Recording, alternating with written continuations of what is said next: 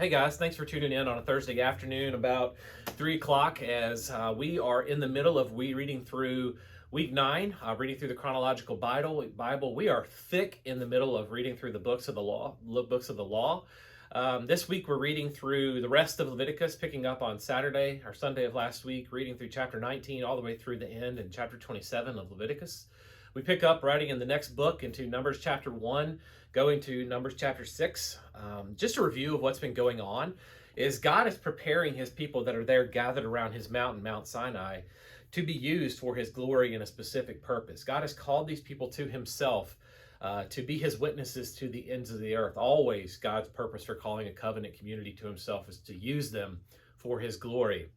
And what he's doing is he's preparing them to be used for his service. And the way that he's doing that is the first thing is he's requiring them to recognize him as a holy God, that he is entirely separate, different, and solo when it comes and alone when it comes to being God. And so he's requiring them to recognize him as holy. And the way that they're to do that is they are to be holy as he is holy. But the problem is that God is pointing out is that they aren't like him, that we are inherently sinful, that we are given to sin because of the nature that we picked up through Adam and Eve after the eating of the fruit.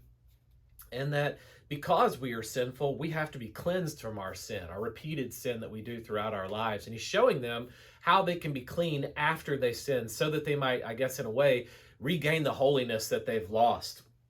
And he showed them through the sacrificial system that the shedding of the blood of the innocent on behalf of the guilty, as he prepares them to go forth as his witnesses, that they are to walk in holiness. And when they step outside of holiness, that it costs much. It costs the death of another. We see also in the review is just how explicit sin is. Every one of us, as we read through Leviticus, have probably been like, I can't believe I'm reading this. We kind of probably blushed a little bit. A lot of you came to me over this last week and said, what in the world are you going to talk about when we come together in our covenant community of the church? Because there's so much here that we don't really talk about in public. In Sunday school, I asked, how many of you feel kind of awkward to know that we're talking about this in public? And a lot of hands went up as we talked about that. But God is doing this on purpose. He wants us to see just how explicit sin is. Sin is not some sweet, cute little small problem that we have. It is grotesque and disgusting, and it costs the death of the innocent ones so that we might go free. And so God is showing us his covenant people that to be used for his glory, we recognize him as holy by being holy as he is. And the only way that we can do that is by the shedding of the blood of the innocent on behalf of the guilty, which culminates not in the everyday occasional death at the offering system, but culminates in the death of Jesus Christ on the cross. And so that's kind of what we've been reading. We move into this week as we pick up at Leviticus 19 and kind of continue on in this multiple ideas of God is holy, therefore we must be holy. We move into kind of the second theme of Leviticus that I said would be sanctification, of kind of spiritual growth of God's people as he prepares to use them. We see really one of my least favorite things in the world. The do's and don'ts begin to really pick up in this portion of Leviticus. They're told, do this, don't do this, do this, don't do this. And we have different personalities. Some of you may really, really thrive in a kind of a ruled out setting. I don't like rules. Rules for me are not fun. They feel very prohibitive. But they're supposed to be prohibitive because they protect us from injuring ourselves and injuring others. And so whether you fall in the line of liking rules or not liking rules, we see a bunch of rules. We see do's, we see don'ts. We also see that God does something incredibly wonderful in that he shows the value of those made in his image. God shows us as we walk through the end of Leviticus just how to honor people just simply because they're people. The first person that we're to honor outside of honoring God is we're to honor ourselves. We are not to do certain things in order to honor ourselves as image bearers.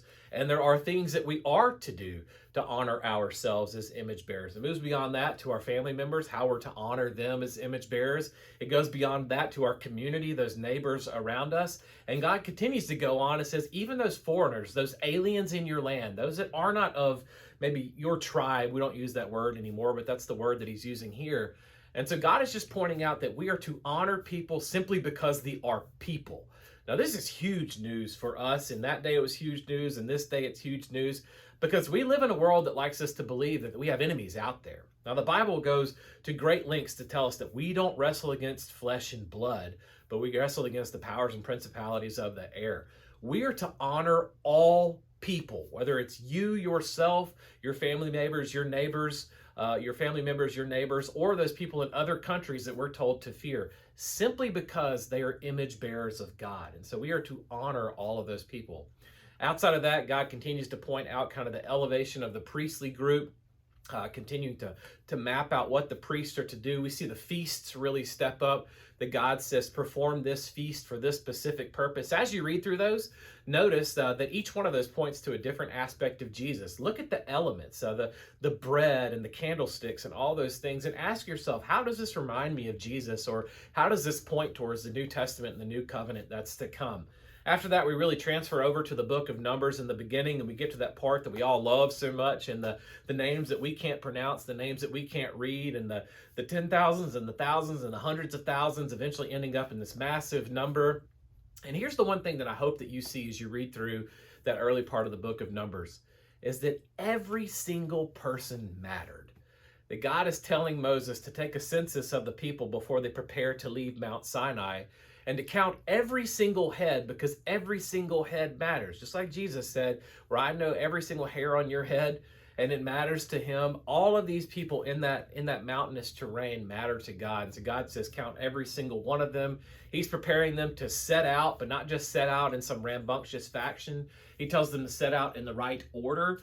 There's millions of them. And so God gives them the order that they're supposed to travel, because can you imagine what it looks like for just millions of people to just wander off with no order? So God gives them order and says, move in this direction and I'll lead you in this way. And at the end of Numbers chapter 6, the end of our reading this week, which you'll read on Saturday, we see this beautiful blessing, this Aaronic blessing that Aaron is to bless the people of Israel as they prepare to set out. And so much beautiful stuff going on in our reading this week. My favorite thing that I saw, and I really kind of saw the heart of God in reading through Numbers 26, is God tells his people, as he's preparing them to ship out from Mount Sinai, he says, if you will obey me and follow my commands, and I'll be your God, and I will live among you, I will walk among you, I'll be close to you, I'll protect you, and I'll provide for you. This is a theme that we see continuing on even into Deuteronomy later. He says, if you do the right thing, then I will be this way, because it allows me to walk in your obedience in this way. But God then tells them, and kind of gives them a glimpse of themselves before they even walk into it.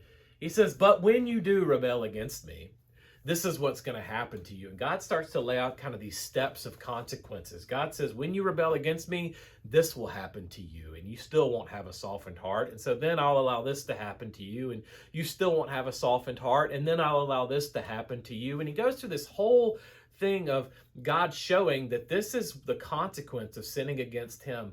But at the very end of that list in Numbers 26, he says this. He says, but when you realize that you have sinned against me and you repent, I will restore you. And what we see there is the heart of God. We see that God doesn't just tell them, when you rebel against me, I'm going to crush you like a bug and throw you away and start over with somebody else. God really does have a heart of restoration. God looks at his people and says, my hope and my best plan for you is that you will walk with me, and that I will bless you, and I will be your God and be in your situation. But because you rebel against me, there are consequences for rebellion. But eventually, in these consequences, you will be shaken, and you will come to your senses, and you will repent. And I, your God, the God who loves you, will be there waiting, and I will restore you back to being who I always prepared you to be. This is our hope. Our hope is that as a rebellious people, we still have a God who has promised to restore us back to the place that he desires for us to be, and that is in his presence forever. This is the culmination of the gospel wrapped up in Numbers chapter 26. And so as you read through these hard books, continue to ask yourself, what am I learning about God? What am I learning about man? What themes jump out to me? How am I seeing Jesus in this story? How is the gospel story being played out as God is preparing his covenant people to set out to be his witnesses to the ends of the earth? Guys, continue to trudge through it. It's difficult. Numbers has some great spots coming up where we're going to see beautiful, beautiful stories. One of my favorite stories in all the Bible is in the book of Numbers, and I'll share that with you next week as we get there. But thank you again for taking this adventure with me. Bring your questions, bring your insights, bring your thoughts. Services have been great. They're running a little bit long, but I'll be honest with you, I think it's awesome. I was talking to some buddies today, and I said, we just had an hour-long conversation about the book of Leviticus on Sunday morning. I said, and then we took a break, we ate some food, and we did it again for another 30 to 45 minutes.